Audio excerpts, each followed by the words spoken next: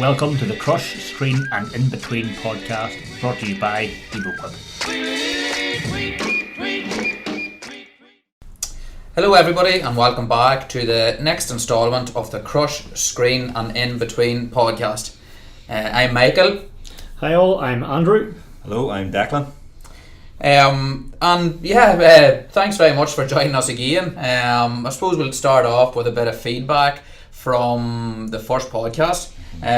So I'm actually quite surprised with the feedback we've got and how positive it's sort of been. Yeah, we got a bit of abuse, probably deservedly, but sure that comes with the territory. Yeah. I was surprised at the amount of people sort of, even with outside of industry have listened to it and I've been chatting to, and they've actually got very interested in it and what we actually do here. Yeah, like even talking about looking at the analytics side of things, like we had we were positive enough about the numbers that we received, but even we had a lot of people from all over the world listening to it, which is really good. Shows our dealers are, I suppose, taking an interest as well as you say, people inside and outside of the industry. We had one listener in Trinidad and Tobago, so hello to that one listener. Shout out to Trinidad and Tobago. Get in touch, we'll send you a hat, send you an EvoQuip hat. You're only going to send him a hat? I don't have unlimited budget, it's all spent on this podcast. But yeah, other bits and pieces of feedback. One thing I suppose we all forgot about was we forgot to tell everybody what your roles are at EvoQuip. It's hard to say sometimes what we do. So again, I'm Michael. My role within the EvoQuip team is the training and applications manager. So I support any application queries or requests or issues that come in, and then I carry out application and sales training for our dealer network. Yeah, so I'm Andrew Armstrong and I am the product manager for EvoQuip currently. So I'm, I suppose, over product and product strategy and where we see ourselves going product wise going forward. Yeah. So what are we going to talk about today? Podcast number 2. Podcast number 2. Yeah. I actually need to mention, I don't know why I forgot. How did I forget? A podcast exclusive we have today. We have got a juicy little tease that we're going to launch at the end of the podcast, so please stay tuned for that. Exclusive announcement. Yeah. So I suppose maybe we'll start up. What all have we been at this past while? Myself, I've been working. We've got a couple of prototype machines. I've been working quite closely with them, and I've been out doing a bit of training with some of our dealers. I was actually over at Molson, them guys. You and Jamie went over, didn't you? Me and Jamie went over to Molson, and got some great feedback on the podcast actually over at Molson, and might have a couple of suspects to interview in future podcasts. They were very, very keen, so we'll see how that goes. What about yourself, Andy? Yeah, I'm trying to think what we were doing the past couple of weeks. We went down to a Colt 1600 down to FJS down south of Ireland, which was really good. The weather was good, which always helps in a site visit, and a couple of good applications on site, 2 or 3 different applications, so it's really interesting. Yeah, I'd be interested to see how that one goes. Really test the Colt 1600 and different applications from one site. Yeah, and one to stay close to. And Declan, you had quite big news since the last time. Busy man. I was off getting married, so I've been out of office for the past couple of weeks. But yeah, got married and went on honeymoon to Lanzarote. Good. Shout out to Felicity, your lovely wife. The new wife. Yeah, congratulations. Thank you. Still getting used to that, calling wife, but no, brilliant time off, and but glad to be back and on the podcast. We'll blame Declan why it took so long to get the second episode out. So again, with the feedback, and then what are we actually going to talk about today?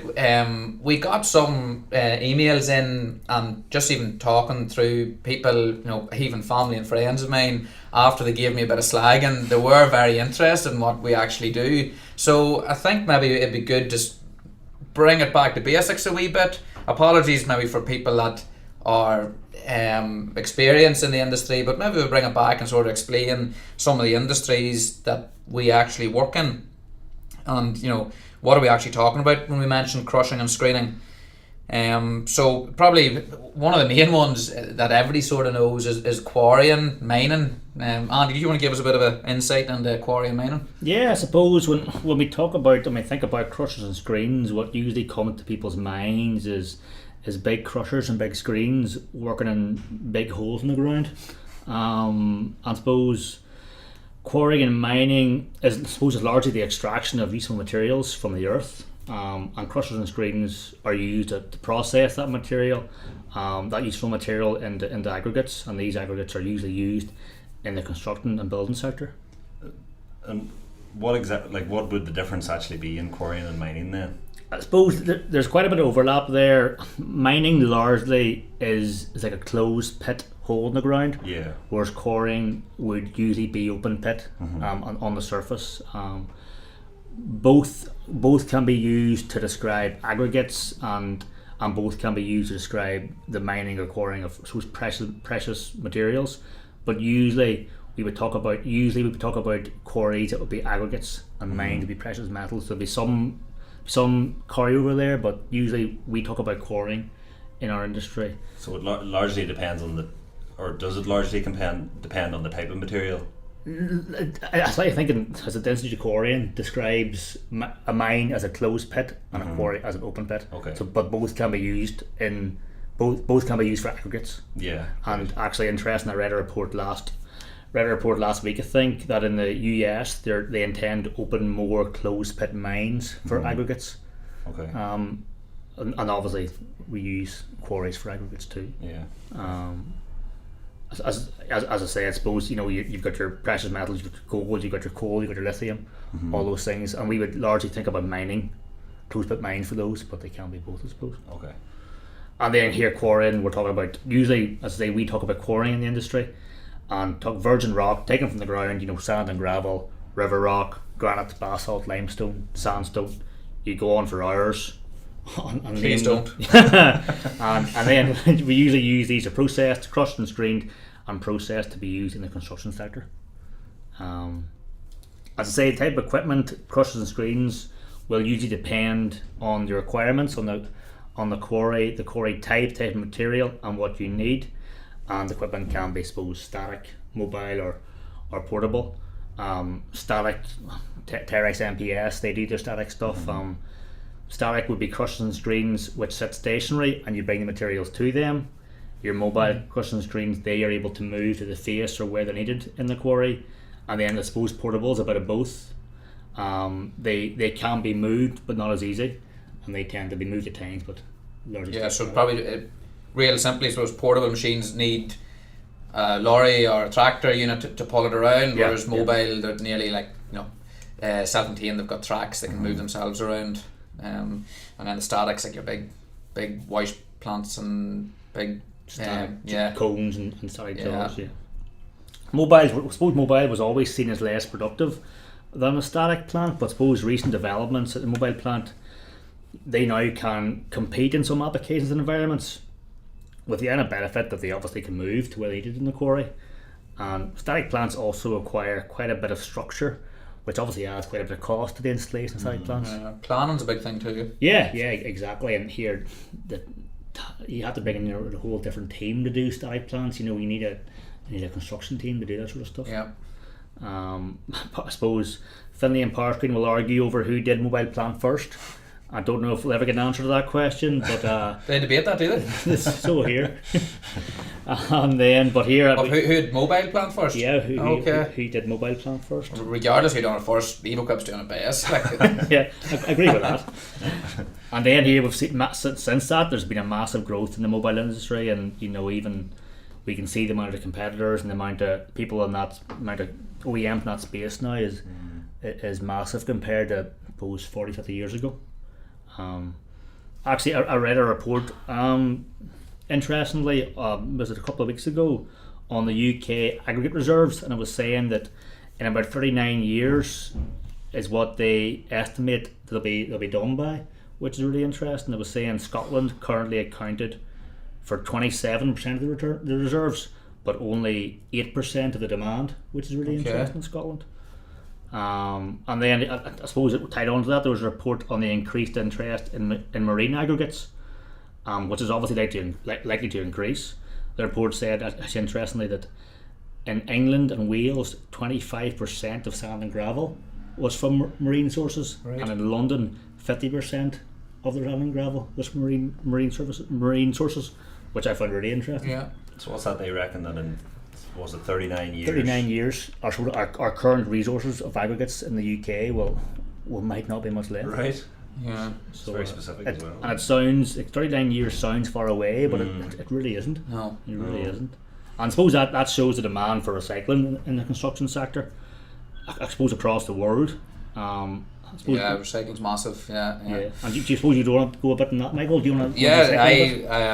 Recycling is a big industry for our EvoQuip machines, but I believe we're literally only at the tip of the iceberg here for recycling. When people think of recycling, they think of your waste, glass bottles, plastic packaging, scrap metals, etc. Our machines are used to process these materials and allow them to be easily handled, segregated, and then used for a second life. I have a big interest in recycling applications for our EvoQuip machines. Predominantly for recycling, our machines are used in construction and demolition waste. So you're talking about your asphalt, demolished buildings, construction, things like that. So what happens to the building when it needs replaced? Once the building is demolished, there's obviously a heap of rubble. This all has to be processed. You got stuff like concrete and your steel rebar and other materials. So, traditionally, this would have been put onto trucks and hauled to landfill and just dumped. Hauling obviously is going to take a big cost, especially nowadays with the price of fuel increasing. And then you've also got the landfill cost, so you have to pay to actually dispose of all this material. And then on top of that, new fresh material needs to be brought in to replace the material that's hauled away. So for your next project, you need your raw material. So either you do that, or you take the building. Our machines are transported to site, and the building can be recycled or partly recycled on site using our range of machines. So that would be the main industry, or the main application in recycling for our machines. So in that case, you're downsizing. You're reducing the amount of waste taken to landfill, obviously, because it's being reused. Yeah. But then you're also reducing the size of the waste. Yep. And it's taking less trucks to take it to the waste as Yeah, well. yeah, exactly, yeah. But you're trying to reuse as much As you can, of that as yeah. possible Right. back onto site, yeah. So yeah, the rubble's usually broken down into manageable sizes. You get either it's demolished with a blast, or it's knocked down, the building's knocked down, and then it has to be manageable sizes that go into then the crusher. So then those pieces are crushed. The crusher reduces the lump sizes into usable products, or a good size that can be processed further by another plant. And then you can remove steel with the crusher as well. We've got magnets, belt magnets that can separate the steel out of that. Which obviously also can be sold. You scrap steel. Exactly. It can be sold then. Yeah. A screener crusher with an ore section also, then that can provide a guaranteed spec on your waste product. So you're crushing it down to a certain size, but then once you screen it, you're getting a specified product. That can be either sold again to other sites or to other customers. So it's not just reuse on site; it can be used again. There are massive savings there to be made for the contractor, big time, but also big benefits for general society, like less pressure on the natural resources for one, less congestion on the highway, sitting behind trucks hauling all this waste around the place, and less pollution obviously because of that. So for these reasons, there's governments that actually put in regulations that a certain percentage of new construction has to be made up of recycled waste. So Copenhagen, for example, they any new construction project in Copenhagen have to use 30% recycled product in their material, and you're only going to see a bigger push for that right throughout Europe and the rest of the world. Yeah, I know we're seeing a big push in India, aren't we, too, for recycling C&D waste? Yeah, the big push. I actually recently am working very closely with our Indian team. We're demoing units out there, and there's a massive demand for the construction and demolition industry there. They have a lot of landfill that needs processed, and there's different reasons why it's so important you need to get rid of it. Like a lot of, especially historically, like landfills might have been, they were outside of towns and cities, but they weren't too far away that it was going to cost the haulage company a lot of money to move it. So, but over time, like we're talking 50, 40 years ago, now cities have all, populations have increased, cities got bigger, now cities have grown to those landfill sites, so this material needs processed. People living right beside it. Yeah, exactly, yeah. Okay. Which nobody wants. No. In fairness. Probably health risk as well. Yeah, big time, yeah. And it's very contaminated. Like we're actually lucky here, I think, generally our construction demolition material is quite clean, but it seems to be pretty contaminated from working with the guys in India anyway. That they see that right across the board. So again, that's right, they love our Cobra impactors with the wind sifter to be able to get rid of those contaminants and that. Asphalt then, that's growing massively too in the recycling. We have a lot of machines applied into the recycling of asphalt. There's a report actually, Andy, you sent it on to me, that in the States the average amount of RAP used in asphalt mixtures in 2019 was around 21%. And RAP's like recycled or reclaimed asphalt pavement. Okay. Yeah, so yeah. Not the music. No, it's not Snoop Dogg, no. And 21% sounded quite high. I was quite impressed by that, in fairness. And then, but California was actually one of the lowest, along with Texas, for recycling RAP, which I found quite interesting. Yeah, and I suppose I would have, in my powertrain life, I would have saw California as being really quite a stringent and very green state. It would have been seen, very forward thinking.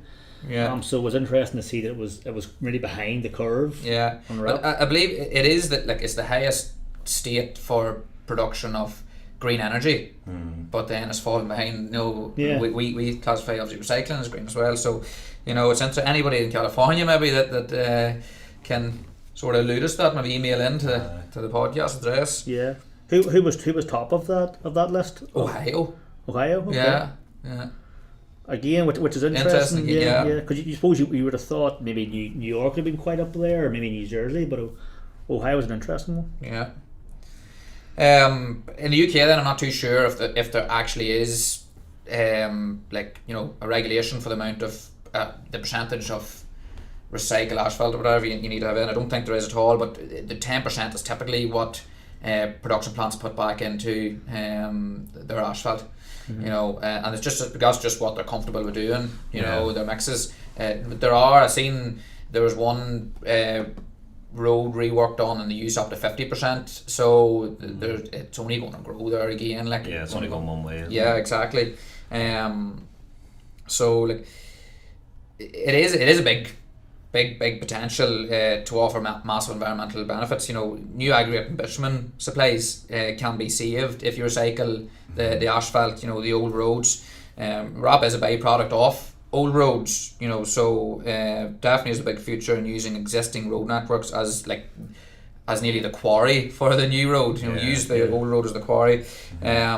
For an example of other recycling applications, I suppose we have a couple of cool case studies actually with our Cobras being utilised in glass recycling, and it actually works really well with the recirc conveyor in the stockpile mode, and that will screen off the bottle tops and things like that and separate that from your glass. So again, there's going to be a massive push, I believe, for recycled glass, especially for like sand production and things. We talked about marine quarrying and that earlier on, but there's massive environmental issues would evolve all around that, especially for the ecosystems and all the rest. So it's only going one way. With everything. So we all know the current big push for everything sustainable and reducing our carbon footprint. Like I said, we're only at the tip of the iceberg.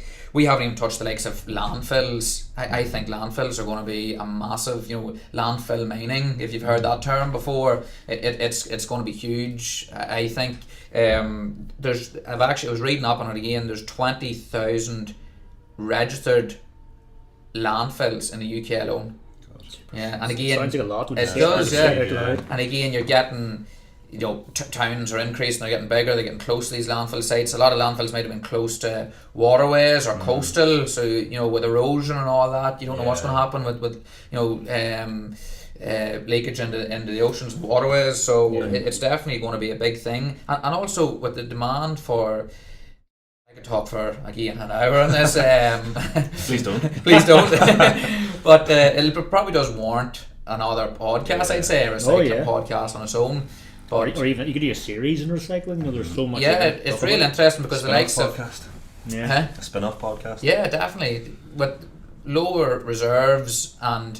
Like you mentioned earlier on about mines. What was that? By 2035. 39 years. In 39 years, the yeah. resources So in the UK be on the knees essentially. Yeah, and like if they say another mine goes open up, it takes a lot of effort and a lot of planning, a lot of legislation to go through to actually open up another quarry or mine. But like the landfills are there, they're ready to go. They've got material. Like 40, 50 years ago, again, stuff wasn't being recycled. People weren't even thinking about recycling. So there's a lot of valuable material in the landfills. And that's the term. I'm assuming that the term you used was what, landfill mining. Landfill mining, that's what they're sort of using. Yeah. Getting those products that have been thrown away and reusing them. Exactly. Yeah. I suppose even we see with Terex now in the recycling systems and the design robotics. Yeah. Obviously Terex sees a massive growth in that market. Yeah. Big time. Yeah, so that's recycling. We probably should. We'll think about that then for a podcast down the line. And if you have any maybe questions, I just get too excited about recycling, do you? You love it, sir. But if you do have any questions, send them in and we can answer them on that podcast about recycling. Yeah, or try to. Yeah. I suppose in industry news, what else is happening around the industry? I'm trying to think what I've seen. I seen an article last week about Volvo. Volvo Penta intend to work with a company, a Belgian company, I think, CBM Tech, to develop hydrogen dual fuel engines, which is really interesting. I actually seen one. They were doing the same hydrogen engines, but it was on a snow groomer, I think is what you call it. But it's like for. I think it's used for like ski resorts and all that type machine for like making sure that the slopes are in good order. But there was a crowd, FPT Industrial, they were doing the same. Right. So because I know we saw beyond those JCB probably pin their colours to the mast with hydrogen, and we see them really go after hydrogen as the future, and it's interesting to see a few other companies now sort of dabbling their toes in hydrogen too. Yeah, definitely right around the same time. So that's interesting. What else have we seen? I read Shell are investing in a consortium to accelerate the use of off-road vehicle electrification and batteries. I think I read that they're planning to produce a battery that charges 400 kilowatts in 90 seconds, which is phenomenal. Yeah, but I was looking up on Bauma because Bauma's coming up, and I see that Cat, they've got a couple of mini excavators electric, and Komatsu as well. They have a wee compact wheel loader going electric too. And again, it brings me back to that landfill and biomining thing. Biomining is another term they use as well.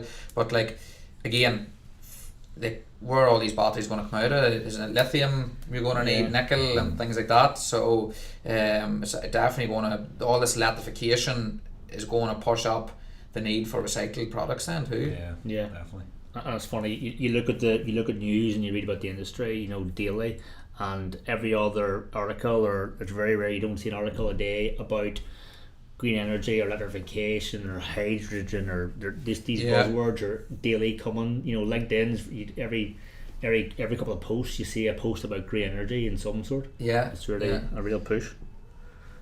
I suppose Bauma in general, you touched on there, Michael. Bauma's really looking forward to Bauma now. Next week we're going over different stages throughout the week. I think Jamie and I fly out on Sunday. We're Sunday to Wednesday, I think. And myself and Barry's out, we're Wednesday to Friday, and then Fergal and Alex are out Friday to Sunday. So I'm Sunday to Tuesday, so Sunday to, okay. By only one day at the show. I don't know about the Tuesday if I'll have time to get to the show, but I'll be there Monday anyway. It's the best day, I hear, Tuesday. Probably. The best thing I won't be there. But yeah, we're going over with Morshin, our dealer, will be at the show. They'll be exhibiting with was it a Colt 800? Colt 800, yeah, just about stand FN 1017/9. I hear here. So yeah, apparently. Yeah. So we're at the Morshin stand. So here, come over and see us. Yeah, looking for. Yeah, you're everybody welcome to come over and say hello and let us know what you think of the podcast. Yeah.